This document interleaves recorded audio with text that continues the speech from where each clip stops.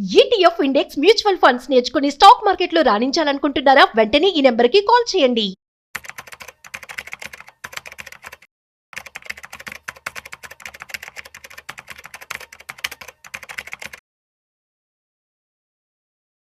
నమస్తే, welcome back to Suman TV. Present మనతో పాటు ఉన్నారు stock market analyst Sundar Rama Reddy గారు. నమస్తే సార్. నమస్తే మ్యామ్. సో ఇండియాలో క్యాష్ సర్క్యులేషన్ గురించి మాట్లాడుకుంటే యూపీఐ పేమెంట్స్, డిజిటల్ పేమెంట్స్ ఇన్ని ఉండగా కూడా ఈ క్యాష్ సర్క్యులేషన్ అనేది ఎందుకు ఎక్కువగా అవుతుంది అంటే? ఈ సంవత్సరం మనం చూసుకుంటే 40 లక్షల కోట్ల సర్క్యులేషన్లో ఉన్నాయండి. That is very biggest amount. మీరు 2016లో చూసుకుంటే జస్ట్ 16 లక్షల కోట్లు ఉండేది, 16 లక్షల కోట్లు అంతే. అండ్ 2020లో చూసుకుంటే కనుక 24 లక్షల కోట్లు. అండ్ ఇప్పుడు కనుక చూసుకుంటే 26లో 40 లక్షల కోట్లు.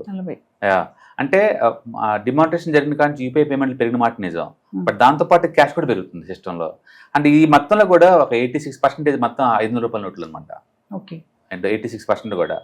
అండ్ ఒకటి మనం 2026తో కంపేర్ చేసుకున్నప్పుడు 2016లో నుంచి 26లో కంపేర్ చేస్తే 10 సంవత్సరాల్లో చూస్తానికి 16 లక్షల కోట్ల దగ్గర నుంచి 40 లక్షల కోట్లు చాలా పెద్ద అమౌంట్లా కనపడుద్ది. కానీ అంటే జీడిపి గ్రోత్ డబుల్ త్రిబుల్ అయిందండి అప్పటి నుంచి ఇప్పుడు దాకా. అప్పట్లో మనం ఉంది ఎంత 1.5 ట్రిలియన్ ఎకానమీ, ఇప్పుడు మనం ఉన్నది 4 ట్రిలియన్ ఎకానమీ. అందుకని క్యాష్ టు జీడిపి గ్రోత్ లెక్కేసుకుంటే లేదు, ఇది ఎప్పుడు 10 to 12% దాకా ఉంటుంది. కాబట్టి క్యాష్ సర్క్యులేషన్ పెరిగిందని మనం చెప్పలేము. ఎకానమీ పెరిగింది కాబట్టి సైజు దాని దగ్గర సర్క్యులేట్ అవుతుంది అనమాట, అలా అనుకోవచ్చు. అవును, డిజిటల్ పేమెంట్లు పెరిగినాయి, ఎక్కడ పెట్టినా యూపీఐలో ఉంటున్నాయి. బట్ యూపీఐ పేమెంట్లో రిస్ట్రిక్షన్స్ ఉన్నాయి కదా, అవి ఎక్కువ మనం చేయలేము. 2 lakh కన్నా ఎక్కువ చేయలేవు. అండ్ కొన్ని పేమెంట్ స్పెషల్ పేమెంట్కి 10 lakh అలౌ చేస్తారు. రీసెంట్గానే గవర్నమెంట్ అలౌ చేసింది. అంటే గవర్నమెంట్ కనుక అన్ని రకాల పేమెంట్స్కి యూపీఐ కనుక అలౌ చేస్తే కనుక డెఫినెట్గా ఫిజికల్ తగ్గిపోద్ది. రెండోది, రూరల్ ఎకానమీ ఇప్పుడు బాగుంది. ఎకానమీ బాగుందంటే రూరల్ ఎకానమీ క్యాష్ సర్క్యులేషన్ ఎక్కువ ఉంటుంది. అండ్ గోల్డ్, సిల్వర్ ప్రైస్లు చాలా పెద్ద ఎత్తున పెరిగినాయి. అంటే పాత బంగారం, పాత సిల్వర్లు అన్నీ అమ్ముకుంటూ ఉంటారు. సో క్యాష్ సర్క్యులేట్ అవుతూ ఉంటుంది. అండ్ ఈ మధ్య ఇన్కమ్ ట్యాక్స్ బాగా తగ్గించారు, 12 లక్షల వరకు ట్యాక్స్ లేవు కదా. అండ్ కాబట్టి క్యాష్ సర్క్యులేషన్ వస్తూ ఉంటుంది. కాబట్టి ఎకానమీ బాగా స్వింగ్లో ఉంది కాబట్టి అండ్ క్యాష్ సర్క్యులేషన్ పెరిగే ఛాన్స్ ఎక్కువ ఉంది. అంతే తప్ప మేము విడిగా 10 ఏళ్ల క్రితంతో పోల్చుకుంటే 4 రెట్లు అయిన క్యాష్ సర్క్యులేషన్ అని వాటి అనలేవు. జీడిపితో కంపేర్ చేసుకోవాలా. And 10 years back GDP growth ఉంది 1.5 ట్రిలియన్ ఎకానమీ, ఇప్పుడు ఉంది 4 ట్రిలియన్ ఎకానమీ.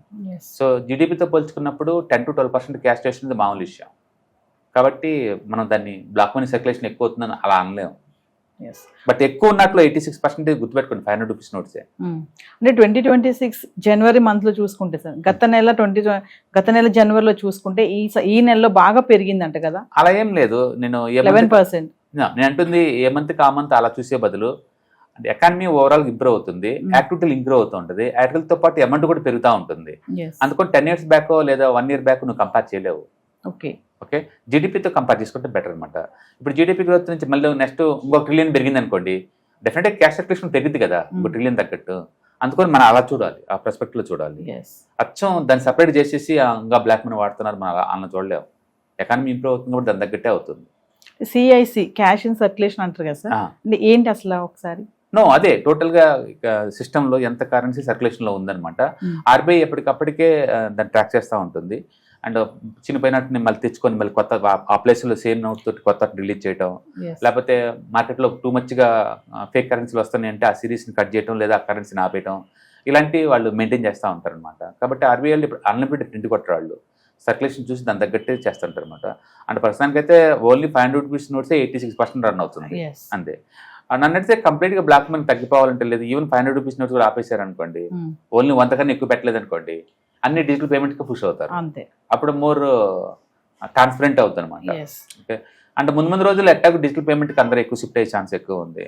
మరి మీరు చూసారా లేదు, మన హోటల్స్లో మొత్తం మనం జిఎస్టీ బిల్స్ అవి కడతాం కదా, వాళ్ళు వాటిని కట్టకుండా ఆ ట్రాన్సాక్షన్ డిలీట్ చేస్తూ ఉన్నారు సాఫ్ట్వేర్లో. అట్లా ఈ బిర్యానీ సెంటర్స్లో ఇండియా లెవెల్లో వాళ్ళు ట్రాక్ చేస్తే అండ్ లాస్ట్ 5 yearsలో 77,000 కోట్ల సేల్స్ని వాళ్ళు డిలీట్ చేశారు సిస్టమ్ నుంచి.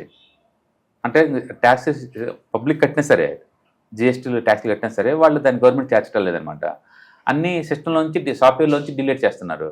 వాళ్ళు 64 terabyte డేటాని అనలైజ్ చేసేసి అండ్ కర్ణాటక, తమిళనాడు ఇవన్నిటిని అనలైజ్ చేసినప్పుడు వాళ్ళకి అర్థమైంది ఏంటంటే ఒక్క రెస్టారెంట్స్లో బిర్యానీ సెంటర్స్ దగ్గర నుంచి యావరేజ్ మీద 77,000 కోట్లు ఇన్కమ్ మిస్ అయింది గవర్నమెంట్కి ట్యాక్స్ రాకుండా. టోటల్ డిఫరెంట్ ఇండస్ట్రీస్ ఎంత మిస్ అయిందో వాళ్ళు చూస్తూ ఉన్నారు. కాబట్టి ముందు రోజుల్లో ఈ ఎన్ని లూప్ హోల్స్ అని ఫిక్స్ అవ్వకుండా వస్తుంటాయి కాబట్టి నీకు డిజిటల్గా ఇంకా పెరుగుతాయి అనమాట. అప్పుడు గవర్నమెంట్ కూడా పెరిగే ఛాన్స్ ఎక్కువ ఉంది. అంటే యూపీఐ పేమెంట్స్ ఎంత జరుగుతున్నా కూడా క్యాష్ ఇన్ సర్క్యులేషన్ మాత్రం అలానే ఉంది అంటున్నారు. అలానే ఉంది అనే బదులు ఈ 500 రూపీస్ నోట్స్ బ్యాన్ చేసేంత వరకు కూడా అంతే ఉంటుంది. ఇది కూడా బ్యాన్ అయిపోయింది అనుకోండి, డెఫినెట్ గా ఫోర్స్ఫుల్ గా వచ్చేస్తారు. అండ్ డిజిటల్ పేమెంట్స్ ఇంత పెరుగుతున్న టైంలో క్యాష్ సర్క్యులేషన్ పెంచాల్సిన అవసరం లేదు. అందుకని గవర్నమెంట్ 5 ఏళ్ళలో ప్రింటింగ్ ఆపేసుకోవచ్చు కావాలంటే. బట్ స్టిల్ ఇప్పటికి కూడా రియల్ ఎస్టేట్ ఒకటి almost 50 to 60% black money run అవుతూ ఉంటుంది అక్కడ. అండ్ రూరల్ ఎకానమీ మొత్తం క్యాష్ నుంచే ఉంటుంది మేడం. ఎంత డిజిటల్గా ఉన్నా సరే అక్కడ వాళ్ళు యాక్సెప్ట్ చేయరు. దానికి నువ్వు రాంగ్ అనలేవు కదా, దాని అన్నింటినీ బ్లాక్ మనీ అనలేవు కదా. రూరల్ ఎకానమీ అంతా కూడా క్యాష్ బేసే ఉంటుంది, ఎంత యూపీఐ పేమెంట్లు ఉన్నా సరే. కాబట్టి ఇది ఉంటుంది. కాబట్టి ముందు ముందు రోజుల్లో ఈ ట్యాక్సేషన్ డిపార్ట్మెంట్ వాళ్ళు కనుక ఇన్కమ్ ట్యాక్స్ పరిమితి పెంచే కొద్దీ ఓపెన్గా ఎక్కువ మంది డిజిటల్కి వచ్చే ఛాన్స్ ఎక్కువ ఉంది. స్టాక్ మార్కెట్ ఎన్లి సుందర్ రామరెడ్డి గారివి ఫిబ్రవరి 28, మార్చ్ 1వ తారీఖున సాయంత్రం 6 గంటల నుంచి 8 గంటల వరకు నిర్వహించబోయే ఆన్లైన్ క్లాసెస్కి అటెండ్ అవ్వండి. ETFs, mutual funds, index funds, ఎక్కడ రిటర్న్స్ బెస్ట్ ఉన్నాయి, ఎక్కడ ఇన్వెస్ట్మెంట్ చేస్తే బెస్ట్ రిటర్న్స్ వస్తాయి, ఏ స్టాక్స్ బాగున్నాయి, ఇవన్నిటిపైన ఒక క్లారిటీ ఇవ్వడానికి ఈ క్లాసెస్ నిర్వహించబోతున్నారు. ఈ క్లాసెస్ కనుక మీరు అటెండ్ అవుతే సార్ని డౌట్స్ అడిగి మీరు క్లియర్ చేసుకోవచ్చు. ఇంకా ఈ క్లాసెస్కి అటెండ్ అవ్వడం వల్ల మీకు మంచి ఇన్వెస్ట్మెంట్ స్ట్రాటజీసే కానీ బిజినెస్ ఐడియాస్ కానీ ఇవన్నీ తెలుసుకునే అవకాశం కూడా ఉంటుంది. సో లేట్ చేయకుండా కింద స్క్రోల్ అవుతున్న నెంబర్కి కాల్ చేసి స్లాట్ బుక్ చేసుకోండి. హాయ్, స్టాక్ మార్కెట్లో వాలటిలిటీకి దూరంగా ఉంటున్నారా? పోర్ట్ఫోలియోస్ అన్ని కూడా రెడ్లో ఉండి బ్లీడ్ అవుతున్నాయా?